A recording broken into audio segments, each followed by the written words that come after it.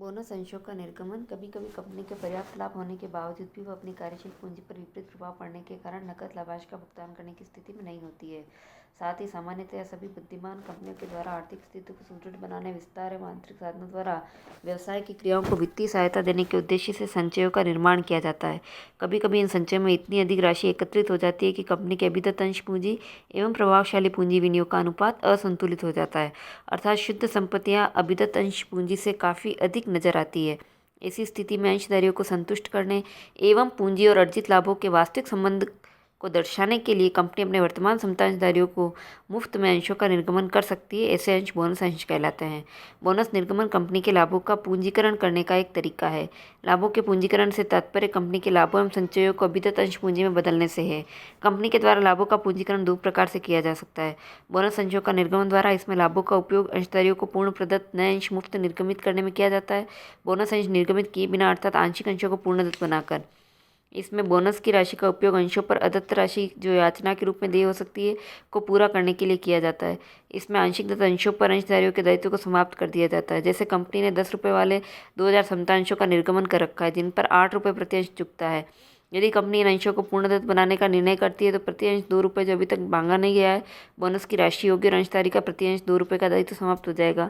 यह बोनस इस प्रकार नकद वितरण के समान है। बोनस अंश निर्गमन करने की परिस्थितियाँ।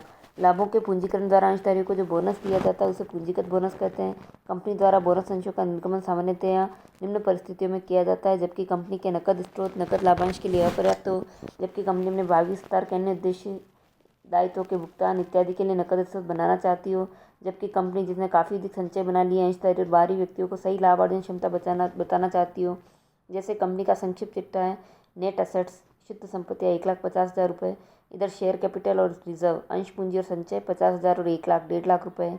यदि कंपनी ने वर्ष के दौरान 30,000 रुपये के लाभ कमाए तो पूंजी पर लाभ की दर 30,000 × 100/50,000 60% लगाती है। ऐसी स्थिति अन्य उद्यमियों को कंपनी के व्यवसाय की ओर आकर्षित करेगी और श्रमिकों के द्वारा आय में ज़्यादा हिस्से की मांग की जाएगी।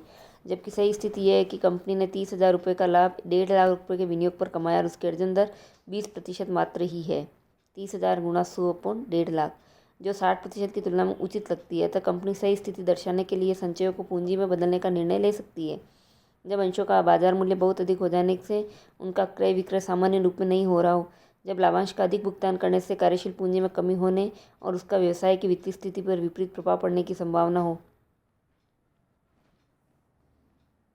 बोनस निर्गमन के स्रोत। बोनस अंशों का निर्गमन कंपनी अधिनियम 2013 की धारा 63 के अनुसार निम्नलिखित शेषों या स्रोतों से किया जा सकता है: लाभ हानि खाते का शेष, सामान्य संचय अथवा लाभों में से बनाए गए अन्य संचयों का शेष, ऋण पत्रों के शोधन के लिए बनाए गए सिंकिंग फंड का शेष, वसूल हुए पूंजीगत लाभों अथवा संचयों का शेष जैसे समामेलन से पूर्व के लाभ, स्थायी संपत्तियों के विक्रय पर लाभ, व्यवसाय क्रय पर लाभ इत्यादि, प्रतिभूति प्रीमियम खाता, पूंजी शोधन संचय खाता जो लाभों में से शोधनीय पूर्वाधिकार अंशों के समय बनाया गया हो।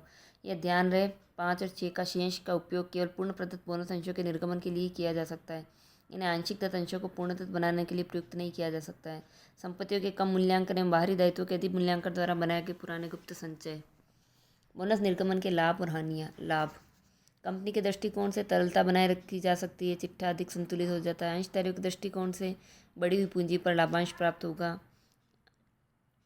बोनस निर्गमन से अंशधारियों की धारिता में वृद्धि हो जाती है। हानि: कंपनी के सट्टे की प्रवृत्ति को बढ़ावा मिलता है। भावी लाभ आशानुकूल नहीं बढ़ते हैं तो लाभांश की वर्तमान दर को बनाए रखना कठिन होगा, जिससे अंशों का बाजार मूल्य गिरता है। लाभांश की दर कायम में रखने से कंपनी की प्रतिष्ठा गिर सकती है। भविष्य में लाभांश की वर्तमान दर को बनाए रखने के लिए कंपनी को अधिक तरल साधनों की आवश्यकता पड़ेगी। बोनस निर्गमन के लिए दिशा निर्देश।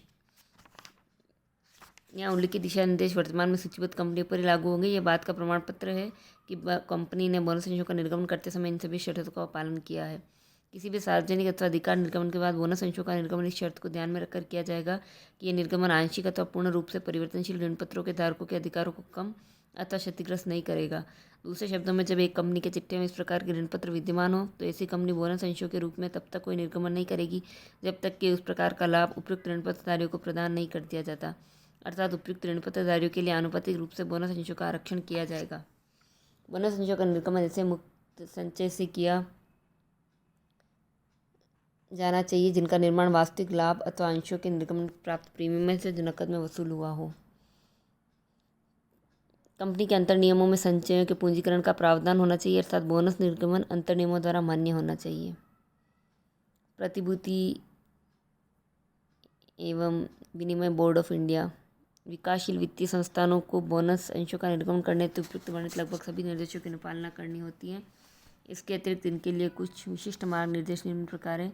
ऐसे संस्थानों को इस बात का प्रमाण देना होगा कि पिछले 3 वर्षों से संस्थान की ऋण क्षमता अनुपात एवं ऋण सेवा फेरा अनुपात यथोचित सीमा में रहे हैं। अंशधारियों को इस बात के लिए सूचित किया जाएगा कि चालू वर्ष या अगले वित्तीय वर्ष में बोनस निर्गमन के बाद अनुमानित लाभांश की दर क्या होगी। लाभांश के पूंजीकरण संबंधी जनरल प्रविष्टियाँ। आंशिक दत्तांशों को पूर्ण दत्त बनाकर पूंजीकरण। Profit and loss appropriation account debit any other reserve account debit to bonus to share holder account. Share call account debit to share capital account for making call. Bonus to share holder account debit to share call account for using the bonus towards the calls of shares. पूर्ण दत्त bonus निर्गमन द्वारा पूंजीकरण। Profit and loss appropriation account debit, securities premium account debit, capital redemption reserve account debit, any other reserve account debit to bonus to share holder.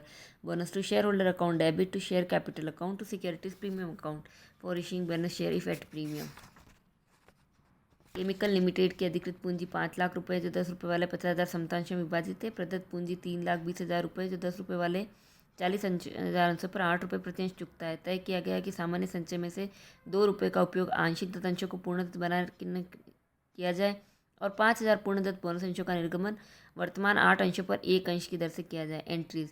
General reserve account debit to bonus to share holder 40,000 पर 2 रुपये के हिसाब से 80,000 रुपये की entry हो जाएगी। Equity share final call account debit to equity share capital account 80,000। Bonus to share holder account debit to equity share final call account debit credit 80,000। General reserve to bonus to shareholders 5,000 shares of rupees 10 each 50,000. Bonus to shareholder account debit to equity share capital account 50,000. Thank you.